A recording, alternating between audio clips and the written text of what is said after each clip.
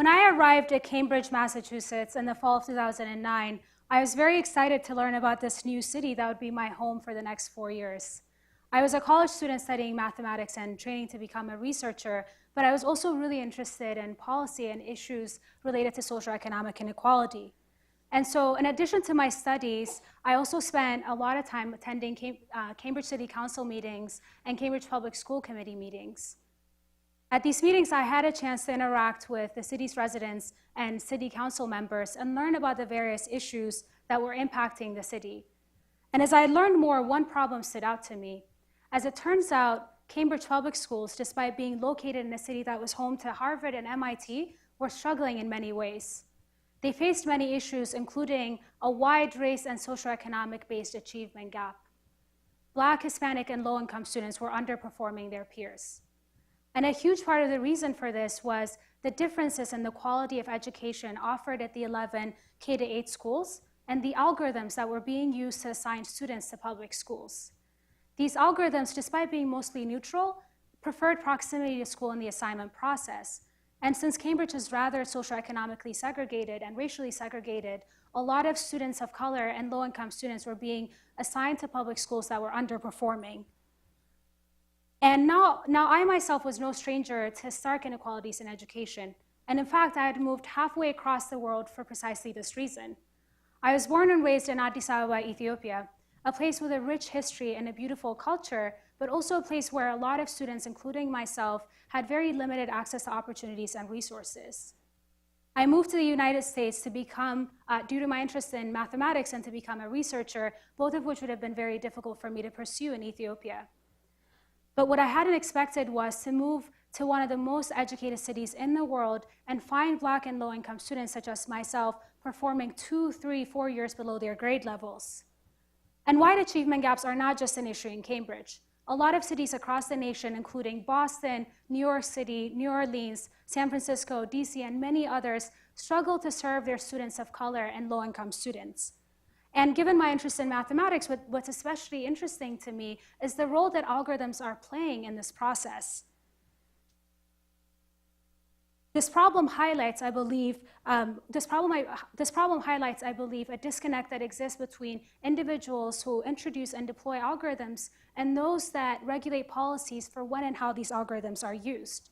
And this disconnect, I believe, presents a risk of exacerbating underlying inequalities in education. But just as there's risk, there's also potential for many missed opportunities. And this is not just an issue in education, it's also an issue in many other domains. Algorithmic decision-making tools now impact various aspects of our lives. They impact what advertisements we might see online, whether or not we're approved for loans, what our health insurance premiums are, and even large issues like what interactions we might have with the criminal justice system. All of these are showing a risk of using AI. But just as there's risk, there's also potential for many missed opportunities to use AI for the good of many. Within education, for example, algorithms that are attuned to racial and socioeconomic inequality can be used to expand access to education for all of our students in the public school systems. And so right now, we're at a moment where we can make a choice. We have the choice of bringing a diverse group of stakeholders together to make sure that AI can work for all of society. 9 years since arriving at Cambridge, I'm now part of a vibrant and growing group of researchers in the field of AI tackling both sides of this problem. Central to my research is the idea that algorithms and AI, in conjunction with the social sciences, can be used to promote equality and justice within society. I work on algorithms and AI, and central to my research is this idea that you can combine these fields. But now you might ask, how do we get there? How can we use algorithms in order to understand, mitigate, and possibly even reverse inequality? Well, part of the gap between what can be done and what has been done can be attributed to insufficient collaborations across disciplines. Over the years, we've gained a deeper understanding that these problems that we're trying to solve, whether it's assigning students to public schools or what advertisements that we might see online, are not purely technical problems. They interact with a very complex and messy world filled with many structural inequalities and challenges. And so if we're going to have a real shot at reducing inequality, we need to be able to bring a diverse group of stakeholders together to work as a team and tackle these problems. To create one such environment, I co-founded and co-organized the Mechanism Design for Social Good group along with Kira Goldner and Irene Lowe.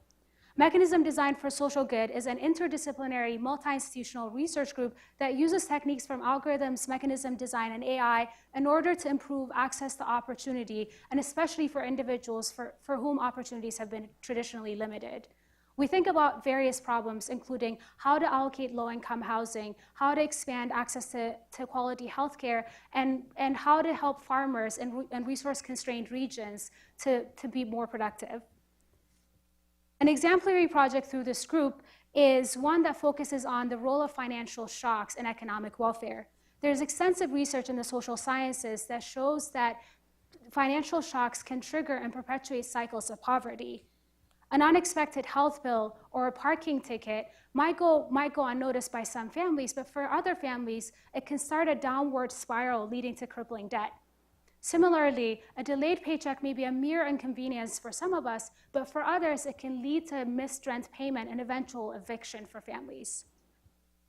But despite extensive work showing that it's not just about income and it's not just about income and wealth, but also about financial shocks, a lot of subsidies are based purely on income and wealth. And so to bridge this gap, along with John Kleinberg and Matt Weinberg, who are two researchers in the Mechanism Design for Social Good group, we set out to understand the role of financial shocks in economic welfare. We analyzed and we modeled these financial shocks and we analyzed them, and we were able to use these insights in order to produce and analyze allocation mechanisms. And we found that the allocations that we introduce can be substantially more effective than ones that only use information about income and wealth. And these allocations can now be used to help families across the nation. And this project is just one example of the kinds of insights that you can gain from interdisciplinary environments. But fostering such an environment is only one part of the solution. A second key ingredient is ensuring that the community of researchers pushing the boundaries of AI is representative of the society that we are serving. People's lived experiences matter. People's backgrounds and day-to-day interactions impact what problems they might be interested in and how they might go about solving them. And AI researchers have enormous impact and technological advances that impact our day-to-day lives. And the lack of inclusion and diversity in this field can have dire consequences. One alarming case of this is the lack of Black and African researchers in the field of AI. Many conferences that are attended by thousands of researchers are only attended by maybe 5 African and Black researchers. And so to help address this, I co-founded the Black in AI group along with some friends and colleagues, including Mustafa Sise and Timnit Gabru. This group was started as a very small Facebook group between friends and friends of friends in the spring of 2017. But since then, it's now grown into a large initiative with over 1,000 members from 30 different countries and 5 continents, and this is something that we're very proud of. Our members work on a wide variety of fields, from machine learning to AI ethics to entrepreneurship to art and many other domains that interact with the field of AI. And last December, we were able to organize the first Black in AI workshop at one of the largest AI conferences in the world. This picture that I'm showing you here is one of my favorite pictures in the entire world. It's a picture of just a subset of the Ethiopian attendees at the workshop. The last time I saw so many Ethiopians was when I was back home in Ethiopia. And over the few days that they were at this workshop, they were able to enjoy many opportunities that were not available to me when I was growing up in Ethiopia. And indeed, this workshop was a turning point for many people. They were able to attend an international conference for the first time, present their work to an international AI audience, start collaborations, and feel a sense of community as AI researchers at this conference. And over the past year, we've also been able to leverage this community to foster more interest in issues that impact Black and African individuals.